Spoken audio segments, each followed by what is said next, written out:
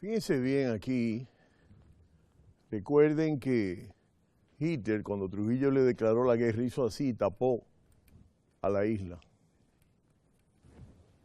Pero por supuesto Trujillo ocupó un rol protagónico dentro de las dictaduras latinoamericanas del siglo XIX.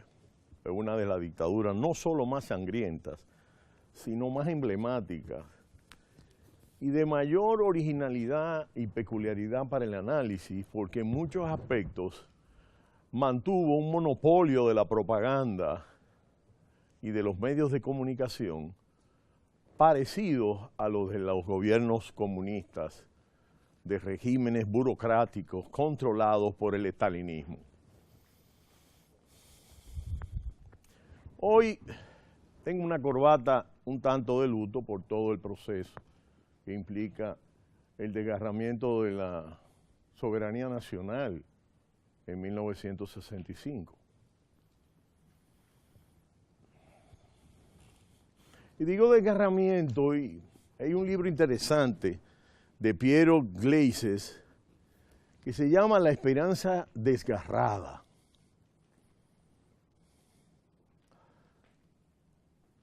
Miren acá el águila, que es la simbología de la sociedad norteamericana. Y evidentemente Piero Gleises ha hecho unos trabajos muy interesantes sobre la crisis dominicana entre la muerte de Trujillo y todo el periodo posterior a la intervención y al inicio del primer gobierno del doctor Joaquín Balaguer, que había ocupado 30 años, llegando a ser presidente de la República al momento final de la dictadura, cuando ajustician al tirano. Por favor, vamos a hacer este close-up. Es curioso porque los trujillistas volvieron al poder con Balaguer. No se olviden de esto, este es un trabajo de Ayuso y vamos a dejarlo en pantalla porque es interesante entender cómo realmente los trujillistas volvieron al poder por 12 largos años y después volvieron por 10 años, 24 años, más 30, 54 años.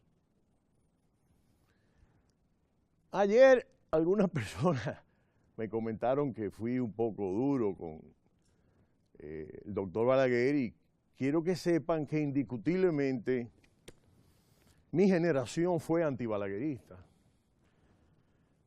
Sin embargo, con el tiempo les reconozco algunos aspectos que en aquella ocasión no les reconocía. Y conste que habiendo estado en el espectro de esa generación en la Universidad Autónoma de Santo Domingo, donde evidentemente se desarrollaron los procesos más importantes de la izquierda revolucionaria desde la intervención militar y el gobierno de los 12 años. La izquierda, se decía, Balaguer se la dejó en la universidad, le dejó ese gobierno a la izquierda. Es un hecho relevante porque evidentemente Balaguer siguió jugando un rol fundamental en la coyuntura del 84, en el 90 arrebató las elecciones como era su norma y en el 94 volvió por sus fueros y hubo que recortar el mandato a 2 años. No obstante, hizo el pacto patriótico. Y así como dije que estuve en los 3 entierros de los 3 grandes caudillos del siglo XX, posteriores a la era de Trujillo, estuve debajo de la escalera donde subió el doctor Joaquín Balaguer, el profesor Juan Bosch, y toda la comitiva y los 2 jóvenes que habían sido apoyados por el doctor Balaguer, en el micrófono, la hermana de Manolo Tavares Justo. Yo estuve debajo, para muchos fue un parto muy doloroso, muy desgarrante para escuchar las palabras de Pedro Gleises. Realmente, sin embargo, muchos entendían que era la manera de cerrarle el paso a Peña Gómez y al PRD. Se pensaba que esos dos jóvenes iban a liderear lo que ese partido había propuesto desde su división del PRD en 1973, que era la continuación de la lucha de los trinitarios y lo que eran las tareas inconclusas nacionales, de liberación nacional, como decían ellos, y aspectos fundamentales de la modernización de la sociedad dominicana. Pero resulta curioso que, sin embargo, en los últimos casi 20 años, de los cuales 12 años ha gobernado el país, quien presidió la candidatura apoyada por el doctor Balaguer y el profesor Juan Bosch, realmente uno se da cuenta que la política implementada fue una política conservadora. Fue una política en gran medida llevada por el consenso de Washington. Recuerden que vamos a hacer un programa especial donde se vendía la satanización del Estado y la apología del mercado. Recuérdense que eso es parte del caldo de cultivo de la caída del muro de Berlín.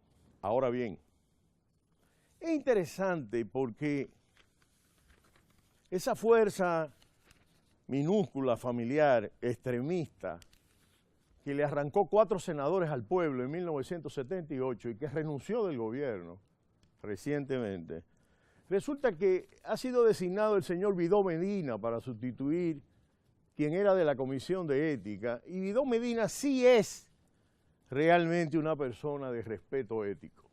Estaba ahí metido en una esquina, estaba ahí ya prácticamente descartado por la historia. Y viene a jugar un rol importante por la puerta grande. Y yo pienso que recientemente el empresariado ha organizado una presentación con el tema el populismo autoritario y su impacto en la democracia y la economía. El populismo democrático, el populismo autoritario. Y yo sí pienso que hay autoritarismo. Discrepo de la opinión en el almuerzo de Comunicación Corripio de ayer de una de las grandes figuras de que la democracia no está amenazada. Yo creo que sí.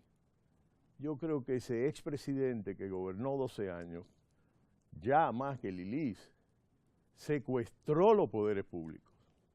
Tiene a su servicio la Junta Central Electoral, el Tribunal Electoral, el Tribunal Constitucional, la Suprema Corte de Justicia, el Senado, la Cámara de Diputados, la Cámara de Cuentas. Y realmente lo sorpresivo es que justamente hasta los medios de comunicación tenían lo que muchas llaman una autocensura frente a ese poder omnímodo, cuasi feudal, en el que en los mismos ministerios había ese tipo de poder a lo interno, es decir, el que presidía ese ministerio era hacia allá. Y yo pienso que hay riesgo del populismo autoritario y las reformas de constitución, pero yo pienso que hay que pensar muy bien, porque la reforma constitucional del 2012 se introdujo en ella una contrarreforma constitucional. Y yo creo que el problema no es la reelección. Yo creo que el debate está mal orientado. Ayer unos senadores portaron un distintivo firme. ¿Firme en qué? En la corrupción, en la impunidad, en el secuestro de los poderes públicos.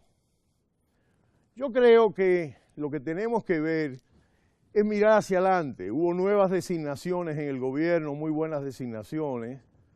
Yo creo que el gobierno tiene el reto histórico de continuar profundizando una diferenciación de esa facción conservadora que busca, de alguna manera, desesperada, en minoría, provocar una crisis política que realmente no conviene al país.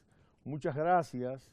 Su segmento Ecomundo de Ojalá 4 RD y hasta mañana, viernes, cuando analizaremos algunos aspectos relativos a esta crisis política del año 2015, internacional, regional y local. Muchas gracias.